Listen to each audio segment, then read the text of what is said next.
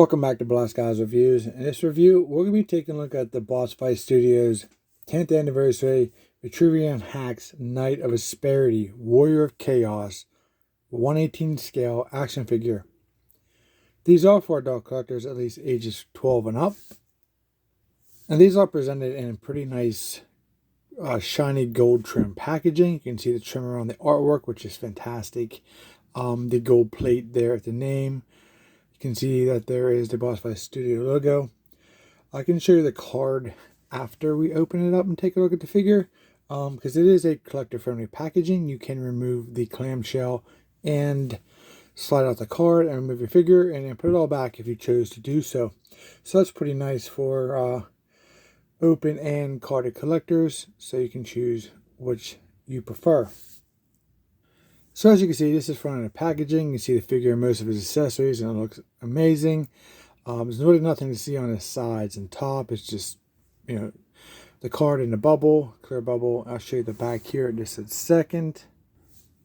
Okay, here's the back of the card. You can see that the 3 10th anniversary figures that you've chosen to offer, which is incredible. We have the Knight of Accord, the Knight of Asperity, and the King of Asperity, which we're going to be taking a look at here very soon. So keep an eye out for that. And don't forget to like, share, and subscribe. On the back here, you can see that there is a bio for the Knight of Asperity, Warrior of Chaos. Try to hold this so you guys can pause and read the bio if you would like to do so. And here's the bottom paragraph. Very cool. And if you're interested, here is some text here about the company and all the people at Boss Fight Studios. Alright, so I went ahead and remove that clamshell by sliding out the card back, and you can see the 10th anniversary plate there. Myself, I don't really keep them carded because I enjoy the figures. I do keep the cards because they're very nice card stock, presented very well, and it's almost like your G.I. Joe file cards, so you can just keep them as a collector's piece. I think it's a good feature to consider doing.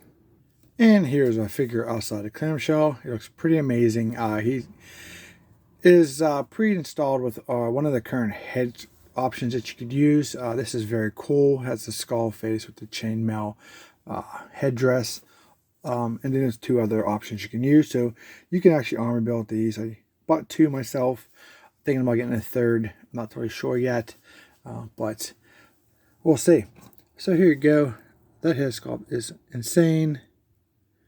We have the skull face. It's all nice and white with the black eyes and nose. Teeth are pretty well presented in the sculpt. A lot of texturing in the headdress. We have the shoulder pads, some black spikes. The armor color is kind of very unique. Not even totally sure what to call that. And to be correct, some kind of a metal color. But we have the black underdress of the armor. You see here on his arms, the armor, pretty good. Armor on the chest and then around the waist. The only bad about this is the PVC red piece here is kind of very stiff. So if you do have a mighty steed that you want to put your raw figure on, it does become a problem, unless you probably have to remove that or severely bend that, which I don't recommend. You're probably going to get some plastic stress marks. Black pants. Here's the back of the figure. Peg hole in the back. It's pretty good. Nice sculpting and detailing throughout. These are kind of just, also a watch on these because these are just kind of on that little peg right there. And you can see some serious stress marks for snapping off.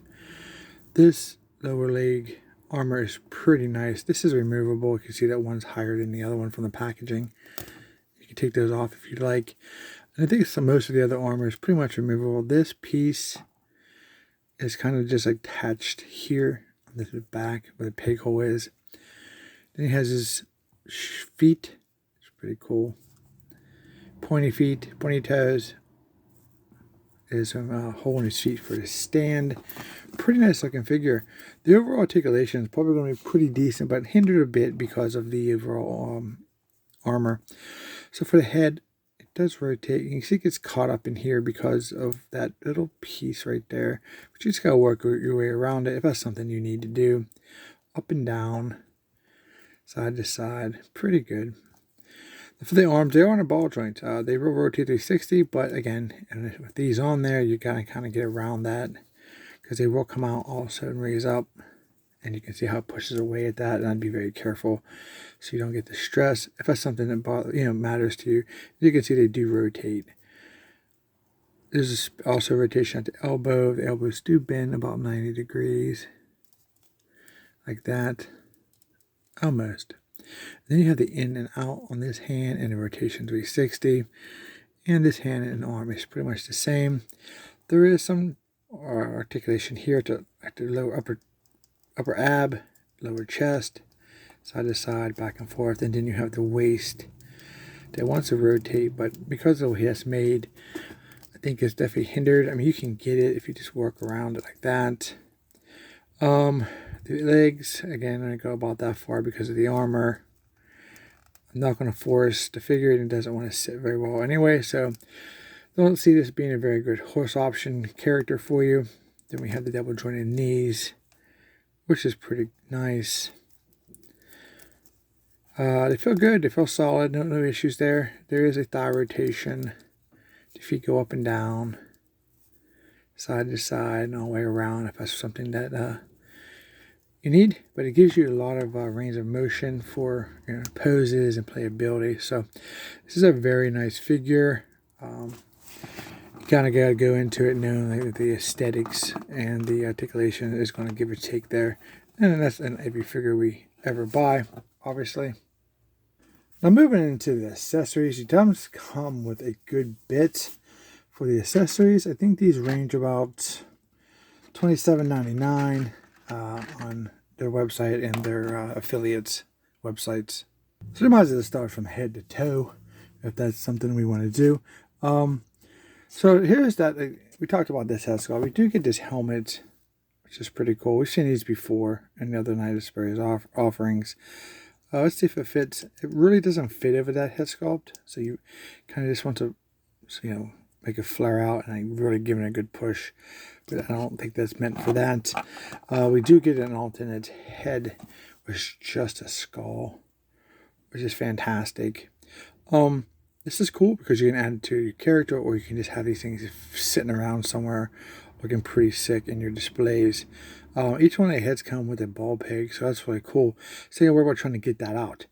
I'm going to try to pull his head off real quick and see how easy that comes off. And it came off quite easy, like so. And then I'm trying not to knock out the camera. That's why I kind of went behind the camera there for a second, because it happens a lot when you're trying to pull something off. And you can see that the head pops right on pretty easy. I didn't hear a snap, but it's on there. And that looks pretty sick, just overall. And then you can add the helmet if you so choose to do that. This is pretty much what this is for. Because the other Night of Asperity, I think it's kind of a bit bigger head, because it keeps flaring out those face panels here on the side there. Unless it just needs to, get shape to it. But this seems to be, pretty good fit. This is very sharp. I mean, when you're shoving these on, there's a lot of sharp points on here, so be careful. It'll definitely prick your finger. That's pretty menacing looking helmet. It comes with another head sculpt. It's like more of a medieval type of helmet. I've seen these before too. This is a straight repaint of this very unique color. And again, it comes with its own ball peg there. I'll go ahead and switch that out so you can see what that looks like. But so you literally just buy like 3 of these guys and have one of each of these head sculpts on and build your Night of Asperity army. And then we have that head sculpt option, which is pretty sweet looking. Pretty nice. There's the head sculpt. There's the alternate head sculpts. Just a helmet there. Pretty cool. Probably my least of my favorites for this character. So that's why I'm kind of on the fence with is it worth getting another one or not, just to have an alternate head. But it's a good way to build out your knights, especially your Knights of Accord and the options that they offer, and the I have Asperity characters. Now moving down, we do get an extra set of hands. You do get These open hands, pretty cool. Yeah, so that's awesome. I'm not going to change those out because it's just hands. Obviously, because we're going to be taking a look at his accessories now. That way, I don't have to change them back. So first up, he does come with a shield. He's got this very cool looking ram's head. They follow through with the paint of the armor to the shield, which is really good because it gives it this ownership. I think it looks fantastic. Very cool. The back of this thing, and just have this brown and this little silver paint there, and you can put this on his arm. He can hold that pretty easily. And you can see that he holds it quite well, so that's pretty good. Looks it's about from his neck to maybe his crotch area in length for overall protection. He comes with a sword, which is very nicely sculpted. This is definitely different. We do get tons of accessories if you're an action figure collector. Getting those unique accessories in your collection is a good feature to have. So getting unique pieces that you really don't get anywhere else is well welcome as a collector, for me at least. But the hand on a pommel on this thing and the blade is insane. I love the sculpt on this thing. Spikes here, and it's kind of like a wave sword. Yeah, I've always said how good the figures are and stuff, but one thing I noticed, this is quite thin. It's not as soft as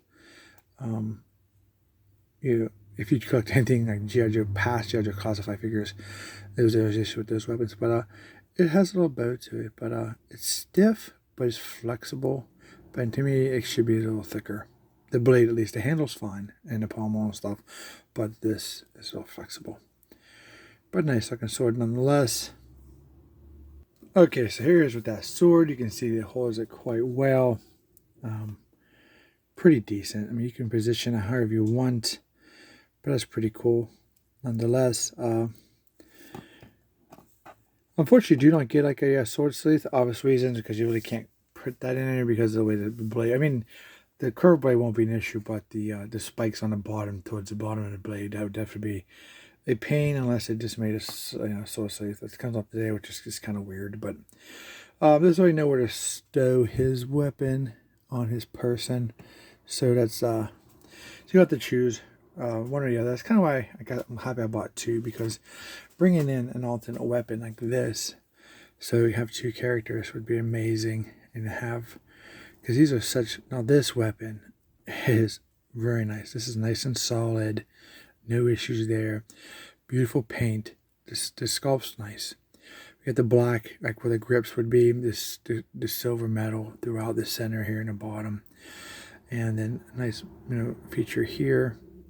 This is removable because this is used before with a different head on other offerings, but that's what you want. I kind of like this because this is a killer looking bow staff. I know it doesn't match on both sides, but I think this is removable too. It was, at least, this coupler here. But if we had something like this with these both ends like this, that'd be pretty nice. Like in this bow staff weapon, I think. But you could use it for whatever you come up with. It's your toy. It's your story. Do what you want with it. This is very sharp. Be careful with that. Might be careful. I don't want to break that off. And this pegs back on like this, which is super cool. All right, so here he is with the long handle axe, halberd, whatever you want to call it. It's pretty cool. You can see you can hold it. One thing I did notice about the shaft of the handle here is kind of like a diamond shaped, like a kind of like an octagon shape, I guess. And the thumb kind of is not big enough to wrap completely around because of this the layers that you get when you spin it. So sometimes it can fall off his hand because I don't think it has the best grip. But you can get a dual-handed wield if you so desire that for your display, which is pretty cool. I think it looks pretty sick. What do you guys think? Let me know in the comments what you guys think of this figure. I think it's pretty sweet. I'm happy with my purchase, so pretty awesome figure. And moving on down to the last accessory you do get a stand. Vitruvian hack stand with some pegs. 4 different pegs sculpted in. Pretty nice. And then you have the stamp on the back. So that is your Night of Asperity 10th anniversary figure, and I think they're very cool. I think you can still get them, but the Knights are, pretty popular. So if you're going to pick this up, I think you should be okay for a short time. But if you wait for too long, I can see these selling out and getting very popular and then expensive. That's usually what happens to some of the rare characters with Boss Fight Studios. So, hope you guys enjoyed this review. If you did, don't forget to like, share, and subscribe. Comment down below. Let me know what you think. And we're going to see you in our next review.